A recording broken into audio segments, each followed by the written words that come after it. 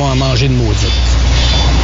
Que ce soit la Sécu ou les syndicats, le premier qui utilise l'amphithéâtre pour faire valoir ses bénéfices, ils vont entendre parler de nous autres. Et ça veut dire la partie patronale aussi. On a en studio Adrien Pouliette, chef du Parti conservateur, qui vient nous voir chaque semaine. Qu'est-ce que tu penses de notre registre? C'est quelqu'un, hein? Il est incroyable. Ben, tu sais, je veux dire, je sais pas qu'est-ce qu'il peut faire parce que, tu sais, c'est une question de juridiction provinciale, mais il dit tout haut ce qu'il y a bien du monde qui pense tout bas. C'est sûr. C'est sûr. Mais c'est ce qui fait sa force aussi. Mais moi, j'ai l'impression qu'il leur donne des munitions. À eux autres, là, ils vont dire, regarde, encore plus, on va aller là, Régis va sauter un gasket, il va faire des pressions sur le provincial. Puis s'il y en a un qui réussit à faire chanter les députés provinciaux, là, puis les ministres provinciaux, là, c'est bien lui, là, au Québec. Parce que quand arrivent les élections, ils vont tous faire leur pèlerinage dans le bureau du maire pour savoir qu'est-ce qu'il veut. Fait que là, les gens de la construction sont pas fous. C'est la première place où ils vont aller, parce qu'ils savent que Régis, après ça, il peut tellement sauter un gasket qui influence les politiciens au provincial. Ben quoi, que la dernière fois que Régis a eu affaire avec le Parti québécois, ça pas vraiment été une bonne chose pour le PQ. Rappelez-vous, c'était les 4 députés qui avaient démissionné en bloc lors du dépôt du projet de loi par l'actuelle ministre du Travail, Agnès Maltais, avec son affaire de Colisée. Depuis ce temps-là, il s'entend mieux que les Rouges. Puis oui, vas-y. Non, mais tu sais, ça nous prend un maire comme ça à Montréal aussi. Là. Oui, ça nous prend un maire qui va être capable de redresser les finances de la ville qui sont complètement hors contrôle. Ouais, puis surtout tenir tête à des syndiqués, tenir tête à du monde corrompu, tenir à des fonctionnaires. Tenir tête à du monde. Je sais bien. Ouais, puis tu sais, je veux dire, s'il y a un mandat, s'il reçoit un mandat clair, là, j'ai pas l'impression que M. Coderre va faire sa campagne là-dessus. Même, je l'ai entendu dire l'autre fois que on donnait trop de choses en sous-traitance, il faudrait ramener des affaires à l'interne. Les trottoirs, puis là, le blasphalte, ils veulent faire leur propre usine d'asphalte, là. Ben, il y a un problème dans l'asphalte, c'est sûr, parce que il y a une espèce d'oligopole dans l'asphalte, mais il y aurait une façon autre que de devenir propriétaire d'une usine d'asphalte. Mais il y a vraiment un problème dans la gestion des villes, puis il n'y a pas seulement Montréal qui est dysfonctionnel. Cette semaine, il y a une réunion de l'Association canadienne des municipalités à Vancouver. Puis en préparation à ça, je regardais dans certains journaux, puis je regardais un petit peu les états financiers de la ville de Montréal. Et honnêtement, c'est pas mal décourageant. Puis on dit que la ville est dysfonctionnelle à cause de depuis 2006 les fusions, puis tous les petits maires des arrondissements, tout ça. Mais quand on regarde la croissance de la population par rapport aux croissances des dépenses des grandes villes au Canada, on voit que, par exemple, la population a augmenté de 12% au Canada entre 2000 et 2011. Oui. Puis les dépenses des municipalités ont augmenté de 55%. Oh. Après avoir ajusté pour l'inflation, là, donc on enlève l'inflation de ça à 55%. Alors, tu vois que, puis on peut pas dire que les services s'améliorent tant que ça. Là. Quand on regarde Toronto, par exemple, quand on regarde les grandes villes, on regarde Toronto, dans les 11 années de 2000 à 2011, les dépenses ont augmenté de 40%, alors que la population a augmenté de 8%. Quand tu regardes Vancouver, pendant les 10 années depuis 2000, on voit la même chose. Donc, les dépenses ont augmenté de 50% comparé à une augmentation de population de 15%. Alors là, je suis allé voir, on va aller voir Montréal, mais là, Montréal, on peut pas reculer avant 2006 parce qu'il y a eu la fusion, les diffusions. Ah ouais, c'est ça. Ouais. Alors, à Montréal, j'ai seulement les chiffres à partir de 2006. OK, donc 7 ans.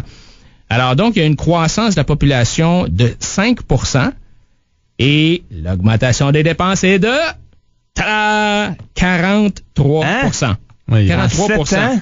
En fait, de 3,8 à 5,8 milliards. Ouais. Donc, c'est 58%, t'enlèves les dépenses, l'inflation. les dépenses tout le temps. Puis tu sais, je veux dire. Fait qu'on cherche des revenus tout le temps, au lieu de payer des dépenses. Alors, ils nous disent tout le temps que c'est un problème de revenus, alors que c'est pas nécessairement un problème de revenus, c'est un problème de dépenses. Oui. Puis normalement, tu sais, dans une ville, j'aurais pensé que plus il y a de monde, plus c'est efficace, tu sais, parce que... L'économie d'échelle? Ben oui. Tu sais, l'égout, il est déjà là. Ah ouais, c'est ça. Puis l'eau est déjà là, puis la rue est déjà là. Alors, je comprends que, tu sais, peut-être des fois, quand il faut que tu agrandisses... tu rajoutes une deuxième égout, ça m'a amené. Mais normalement, à un certain point, il y a une économie d'échelle, là, tu sais, puis il y a le monde, moins ça devrait coûter cher par personne, mais ici, c'est le contraire, tu sais. Alors donc, la grande raison de ça, c'est, dans une ville, là, le plus gros poste de dépense, c'est les salaires. Ouais. C'est les salaires, puis parce que ça ne cesse pas d'augmenter, ça. Tu regardes l'augmentation des du salaire des employés municipaux depuis les 10 dernières années, c'est 25% dans les villes canadiennes comparé à une augmentation de la population de 12%. Donc, ça augmente beaucoup plus vite. Mais là, je suis allé faire un petit tour pour voir à Montréal qu'est-ce que c'est. Alors, l'augmentation de la masse salariale à Montréal, puis encore là, je peux pas reculer à 2000, là, je peux seulement reculer à 2006. Ils sont passés de 1,3 milliard à 2,2 milliards en 7 ans. Donc, c'est 70% en 7 ans. Aïe, aïe. Alors, tu sais, je comprends qu'on peut dire qu'il y a un problème de gouvernance, mais je pense qu'il y a un problème de gestion aussi. Oui. Alors, donc, moi, je pense que ça prend un maire qui va arriver là puis qui va faire comme la bombe. Ben, écoute, moi, je suis pas à Québec, là, mais tu sais, qui va moi, dire... Moi, que la bombe aussi, ses dépenses ont monté. Ouais, sa dette a monté aussi, la bombe, pas mal. Ouais. Et peut-être qu'il est tough avec les syndicats puis il essaie de couper là, mais sa dette, lui, son problème, c'est qu'il aime les spectacles. Hein, il dépense beaucoup d'argent dans les spectacles. Là, fait que... Non, c'est la vision, ça coûte cher. Hein, les maires qui ont des visions, ça coûte cher. Là. Tu veux parler d'une conférence que tu as assistée concernant le système de santé québécois comparé à celui de l'Allemagne, c'est ça? Ouais, Martin, écoute, c'était le fun. Hier, l'Institut économique de Montréal recevait un jeune économiste spécialisé dans la santé qui s'appelle Frédéric Roder. Et donc, lui a fait l'analyse du système allemand par rapport au système québécois. Puis d'entrée de jeu, il nous a dit que une des différences dans la façon de voir les choses là-bas par rapport à ici, c'est que là-bas, ils font vraiment une distinction entre l'État comme assureur puis l'État comme prestataire de soins. Alors, eux, ils ont fait la distinction, puis ils ont dit, nous, on continue à financer les soins, mais dorénavant, on va permettre à des entrepreneurs privés de livrer les soins. Okay. Alors, l'État paye, puis c'est le privé, c'est comme de la sous-traitance, finalement. Tu sais, c'est un peu comme une sous-traitance. C'est comme si on m'assurait, moi, en tant que citoyen, le gouvernement m'assure, mais mes services sont rendus par un entrepreneur, puis un privé. Un privé, une clinique. Ou mettons, tu prends ton assurance auto chez La Capitale, t'as un accident, c'est pas La Capitale qui va réparer ton auto. C'est ça. Tu prends l'argent, puis tu vas magasiner, puis bon, c'est ça où les autres vont magasiner. Alors donc, c'est intéressant parce que en Allemagne, ils sont rentrés dans ce système-là à peu près en l'an 2000. Et aujourd'hui, il y a seulement 30% des hôpitaux qui appartiennent à l'État. OK. Et la plupart appartiennent à des municipalités. Les deux gros hôpitaux de recherche universitaire, comme un peu notre CHUM puis notre CUSUM, qui ont été privatisés, imagine. Là. Puis ça, c'est les hôpitaux là où les opérations les plus compliquées et les plus difficiles se font. Alors donc, 30% qui appartient au gouvernement, 30% qui appartient à des entreprises privées sans but lucratif, des coopératives, et un autre 30% qui appartient à des entreprises privées à but lucratif. Donc, eux autres, ils n'ont pas peur de dire que tu peux être dans la santé puis faire de l'argent. Et, premier mythe, le système de santé en Allemagne ne coûte pas plus cher qu'au Québec. De fait, il coûte moins cher quand tu compares à notre richesse collective. Et en plus, le système d'assurance santé en Allemagne couvre plus de choses. Plus de choses. Plus de soins. Ouais. Alors ici, au Québec, ça couvre à peu près 70% des soins. Là-bas, ça couvre à peu près 77% des soins. OK.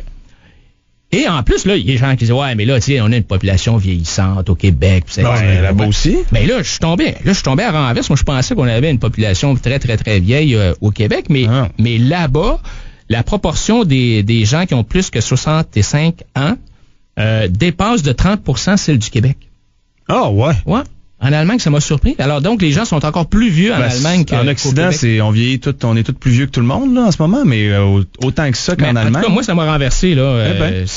Alors donc, ça coûte moins cher là-bas. Les gens sont plus vieux, sont mieux couverts.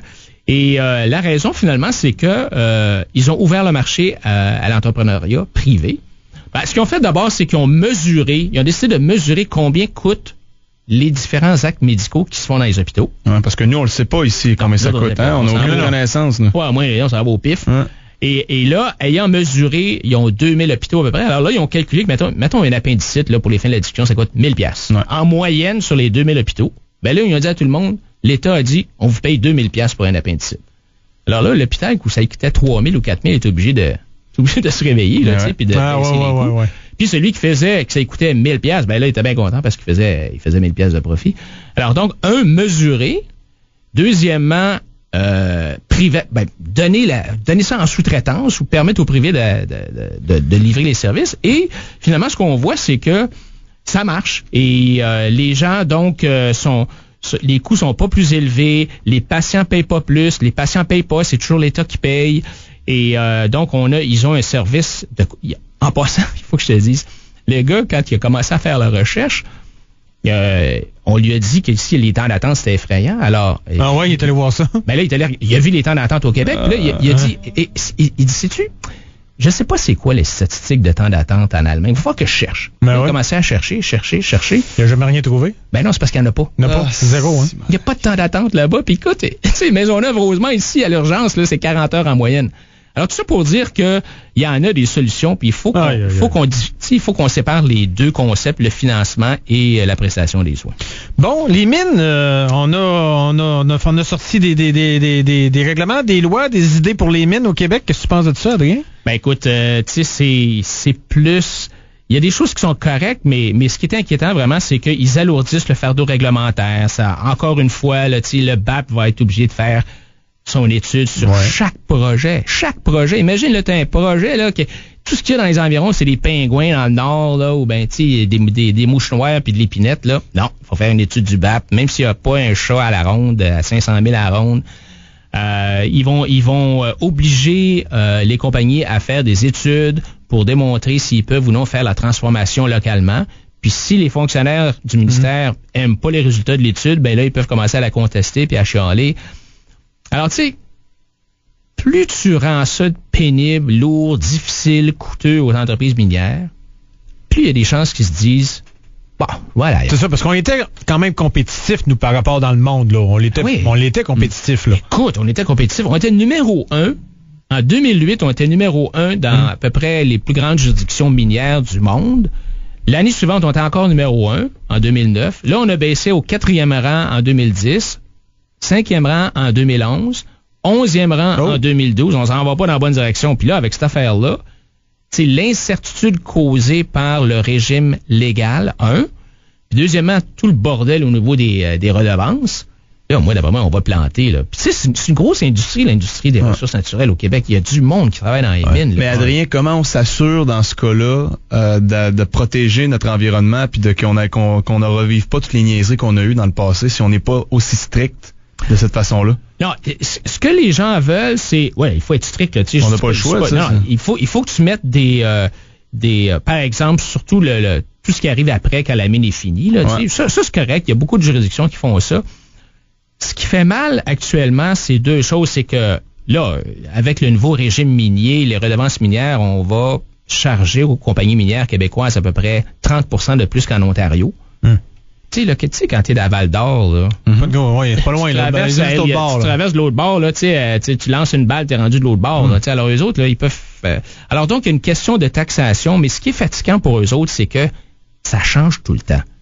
Ça fait le troisième projet de loi sur les mines. OK, à cause du changement de gouvernement. Il faut qu'ils réévaluent toutes leurs affaires à chaque fois, eux autres, là, leur plan d'attaque, là. C'est ça, tu sais. Alors, quand ça change, eux autres, ils aimeraient autant savoir, OK, dis-nous, ça va être quoi pendant les 20 prochaines années? Mais bouge plus. Puis on va s'organiser avec ça. T'sais. Mais là, ça grouille, ça change. Puis les environnementalistes sont là.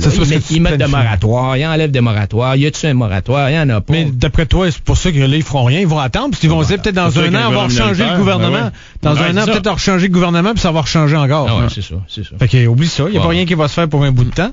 T'es-tu content que Radio-Canada, tu vas pouvoir écouter de la publicité maintenant? Écoute, moi, j'ai été dans la télévision pendant plusieurs années, avec TQS. Puis ça me fait rire un peu parce que c'est toujours la même histoire. T'sais, Radio-Canada, ils veulent toujours avoir la publicité et ils ont des taxes. Il y a des taxes. Ils ont 1 milliard ils ont déjà 1 milliard de publicité. Alors là, il y a déjà 1 milliard de subventions, plus qu'1 milliard de subventions. Alors là, ils s'en vont concurrencer avec le privé. Mais ça remet toujours en question le mandat de Radio-Canada. Le mandat de Radio-Canada, c'est supposé être un mandat qui est défini dans la loi, là, puis il y a des beaux mots pour dire que c'est supposé d'être, refléter la globalité canadienne, puis contribuer activement à l'expression culturelle et à l'échange des diverses formes qu'elle peut prendre, puis contribuer au partage d'une conscience et d'une identité nationale. Non, c'est la bullshit bord en bord. Alors là, les autres, c'est sûr que s'ils mettent de la pub, là, qu'est-ce qu'ils vont faire? Ils vont faire comme Radio Commerciale, ils vont essayer d'avoir de l'auditoire. Tu sais, c'est d'avoir de l'auditoire. Là, actuellement, à radio, à OFM, ils n'ont pas besoin de savoir s'ils ont de l'auditoire ou non, ils n'ont pas de pub. Mais non. Alors donc, c'est sûr que ça va avoir un impact sur sur le genre de programmation qu'ils vont faire. Oui, puis c'est une concurrence déloyale dans le sens que c'est ça. Toi ici, nous autres ici, là, faut de la publicité. On n'a pas de taxes, là. On n'a pas d'argent des taxes qui rentrent pour payer. Ça prend de la pub. Puis là, lui, il a de l'argent des taxes, puis en plus, il va aller te voler des commanditaires, là. Ouais, là, c'est un ou l'autre.